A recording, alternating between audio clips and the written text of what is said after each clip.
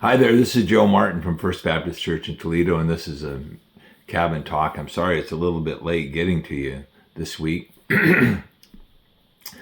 Those of you that have been taking part in the current teaching I'm doing on Sundays at TFBC in Toledo called Why Christ, and you might say, well, why are you, it seems like you should have talked about why Christ before you talked about why church, and maybe that's a good point.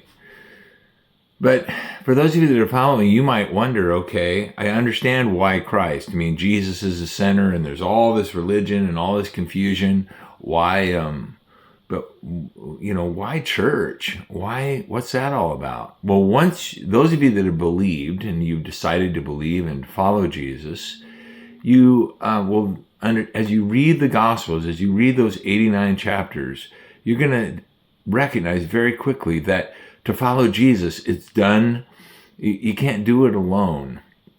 To follow Jesus, you do it with other people. You do it within community. And you might say, well, why is that? Well, we talked about that. That just reading, even the Apostle Paul recognized that, sent them this deep, theologically rich letter in Romans, but he said, I need to come to you, because he recognized that even the intellectual part, or even just a message or a letter, is not the same as being together. And it's better, it's really good, and it's better than nothing.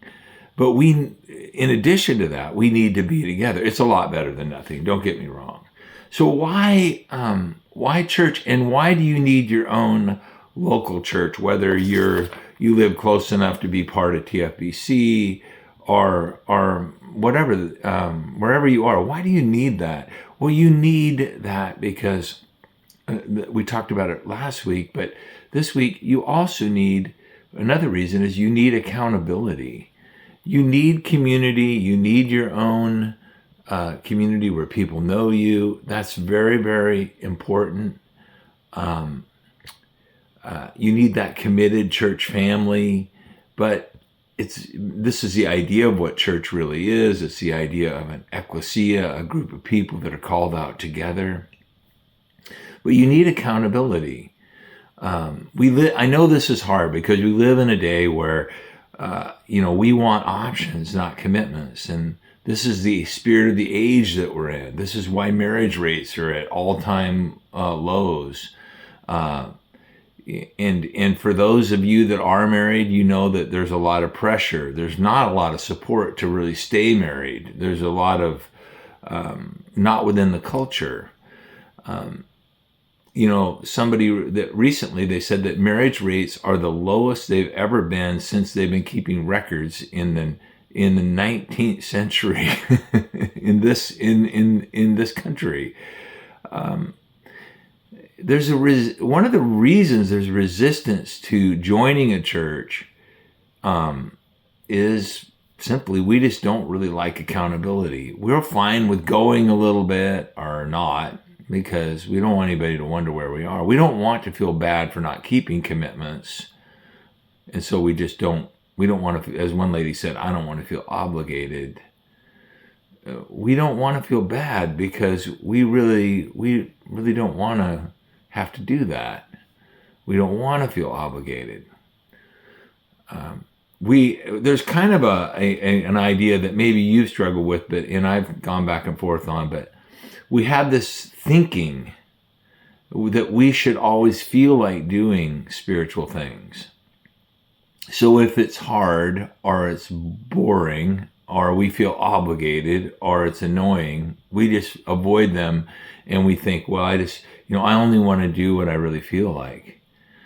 But that's really not true. I mean, most of the things in our lives that really matter, most of the relationships and commitments that we make that really matter, we don't always live by our fickle feelings. And it's important, the reason why you need your own church, not a fancy one, maybe just an ordinary group of people, is it takes staying stable takes accountability. This is what Hebrews 3:12 says, take care, brethren, there be not any one in any one of you an evil, unbelieving heart that falls away from the living God. But so that can happen, right? But encourage one another day after day. That means on a regular basis, as long as it's still called today, presently, so that none of you will be hardened by the deceitfulness of sin. We have blind spots. We get pulled off. Even regular church attendance, just showing up can help to encourage. And maybe it's just a matter of like, you show up and that gives somebody else some courage to stay faithful. Maybe just the fact that others will check on you if you don't show up for a while. Even so, it's even better if you're in a Sunday, like a class, a Bible class or a small group where people know you are noticed. And I believe it's critical, and I think the Bible is very clear about this idea of a body life. To grow, we need people in our life. People that you invite, that you give permission to ask you the important questions in life, like how's your prayer life going? This will protect you from becoming kind of a nominal person. John Wesley was the founder of Methodism. Part of it was a method. It got that name. And they would ask questions like, what known sins have you committed since our last meeting? But people agreed to this. What temptations have you met with? How are you delivered? What have you thought, said, or done of which you doubt whether or not it be sin or not? Have you nothing you desire to keep secret? Those are some of the questions. That's pretty heavy, right? Charles Swindoll had these questions. He said, have you been with a woman anywhere, or someone of the opposite sex anywhere this past week that might be seen as compromising? Have any of your financial dealings lacked integrity? Have you exposed yourself to any sexually explicit material? Have you spent adequate time in Bible study and prayer? Have you given priority to your family? Have you fulfilled the mandates of your responsibilities and commitments? Have you just lied to me? I'm not saying that you've got to submit to that, but you get the idea that when we have some accountability, we do better. You get the idea that throughout the history of followers of Jesus, they help each other go on with Jesus. These may seem intrusive or extreme, but a commitment to accountable living in a church can avoid hypocrisy and encourage you to love better. Nominal Christianity is like hundreds of thousands of people who sign up for, the 10,000 or the 1,000 marathons each year. They get the gear, they line up, but most of them either don't show up or fall apart in the first part of the race. And most don't finish because they never train. They don't really train. It's the weeks and months before that matter, that people get together. And usually these folks that really are into it, they have people they do this with. Many nominal Christians get the gear, they got the t-shirt, they got their number, they can run, but they can't run the race because you got to train. You need prayer and Bible study, and you need you need to learn how to serve, and you need to learn how to forgive, and there's a lot to do here. And because people are not a part, maybe you're not a part of a community that can encourage you and support them, it's easy to have all the stuff, the Christian stuff, or the Jesus stuff, but you run in vain. This is what Paul talked about. He said, and he was talking about in the context of the Corinthians who are a body. He said, do you not know that those who run in a race all run, but only one receives the prize? Run in such a way that you may win. Everyone who competes in the games exercises self-control in all things.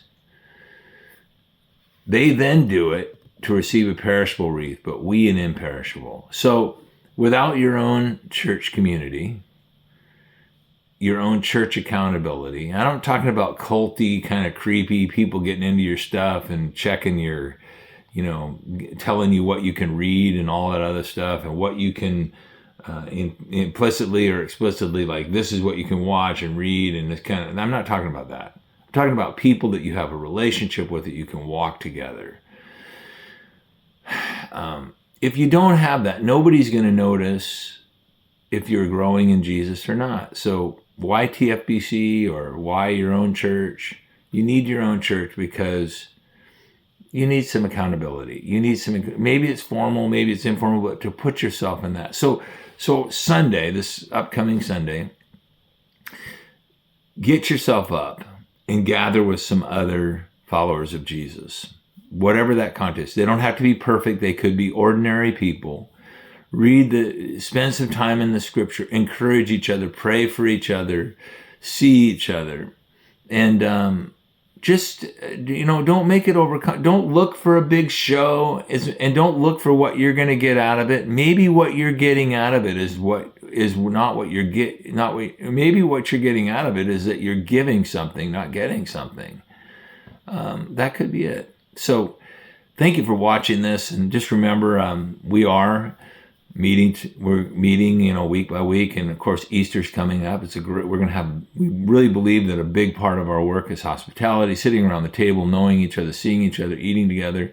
We have breakfast every Sunday morning at 9:30 between our services, and we have classes where you can meet people.